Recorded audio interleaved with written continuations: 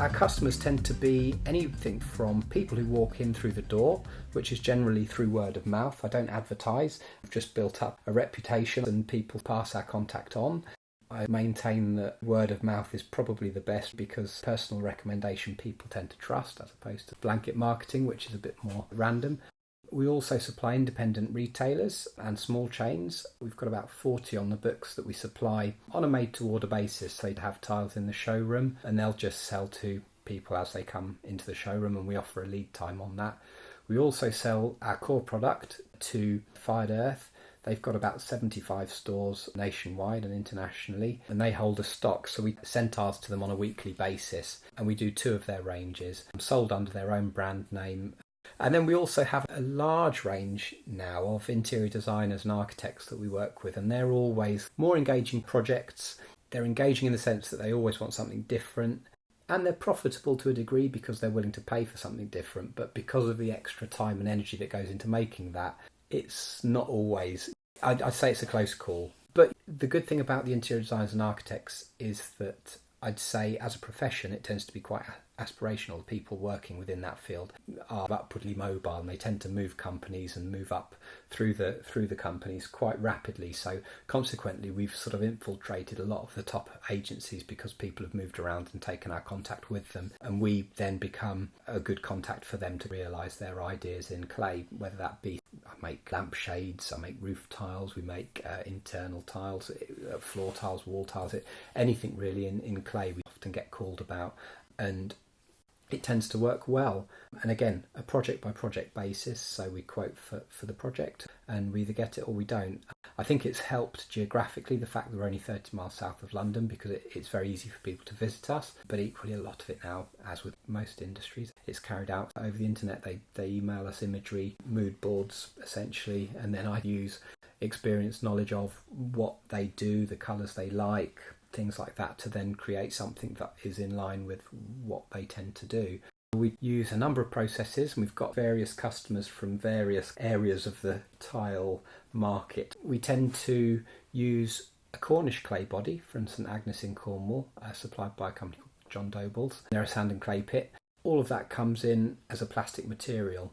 We then extrude everything through a pug mill. The most recent pug mill I've got actually came out of the Wedgwood factory about 3 or 4 years ago when they were closing down some of their production. And we've also got an Edward and Jones pug mill from the early 40s actually.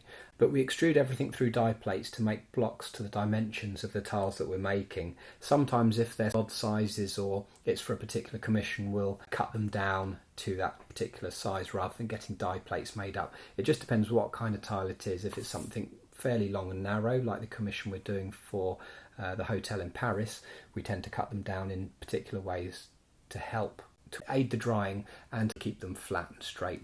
We then leave them to dry for anything up to 3 or 4 days to harden off, and then we wire cut them on a tabletop cutter, ratcheted cutter. They're then either laid on plasterboard or onto slatted racking. So our core product, which is a 5-inch tile that we make a lot for Fired Earth, that tends to get dried on a slatted racking. The slatted racking tends to give you a sort of slightly more agricultural tile because the racks aren't perfectly flat. If you want something clinical and clean and flat, we tend to use plasterboard, and it just wicks the moisture away from the back evenly.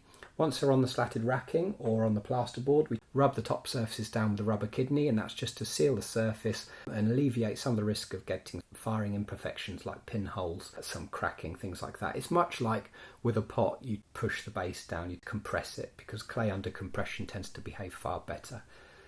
They dry for anything up to a week, depending on the heat in the room. If we've got lots of kilns on, it can be a couple of days, sometimes overnight. They're then hand fettled.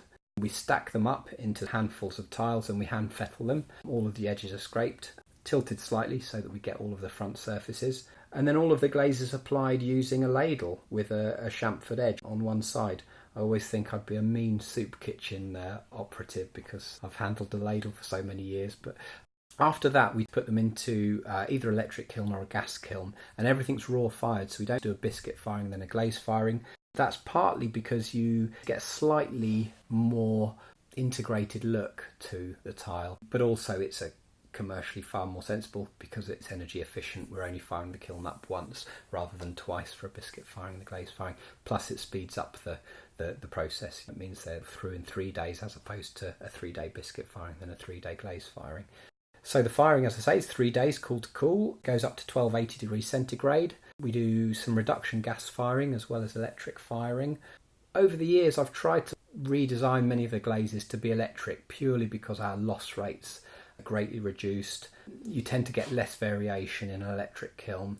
You also tend to have far fewer firing cracks. When you've got a draft and a combustible gas, you'd find that areas where the flame licks against the tiles, you get things like small firing cracks, hairline cracks, things like that. So with the electric kiln, you tend to get far fewer losses. Electric kilns 5%, gas kilns anything up to 10%, depending on what it is. Some of those would be refires, and we put those back in if they pinhole. But obviously you've got to offset the additional cost in the product. And then they go out to our customers. So, for example, we've currently got this project through Anushka Hempel Design, which is for a big hotel development in Paris. It's a big floor for a restaurant and bar within the hotel. And we're just at the moment quoting for another area, which is an external courtyard.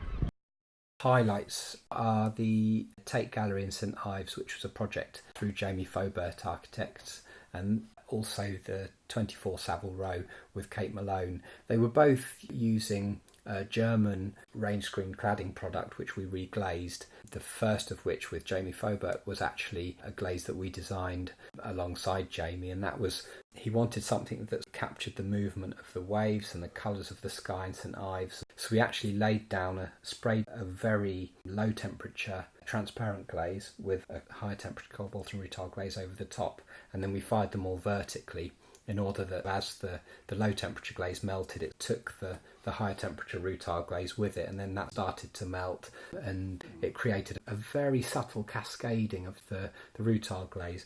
But all of these things were trial and error, and actually usually you're trying to stop the glaze from coming off the tile. Everything had to be very accurate in terms of firing temperatures, pack, glaze thickness. We were putting the glaze onto a set weight at a set viscosity, just to try and all of these things, unlike maker's own practice where you work with those happy accidents or push the process in areas that give you unpredictable results. With the tiles, we're always trying to pin everything down, because ultimately if we get it wrong, it's costing us money and there's bills to pay. So we just try and create something that has that look of randomness or handmade element, but in such a way that we can achieve it time and time again.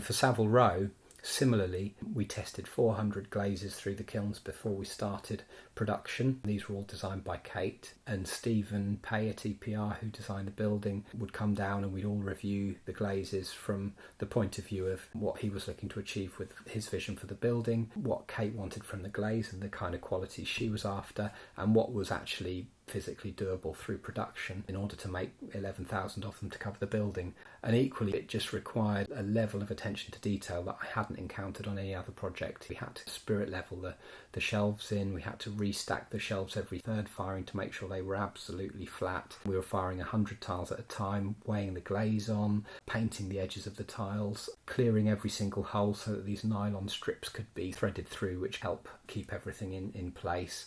We had to take shelves out, take tiles out if they were even slightly wonky, because any deflection would mean that they wouldn't slot onto these aluminium rails. So it was just a really interesting mix of precision technology in such a way that we can achieve it time and time again.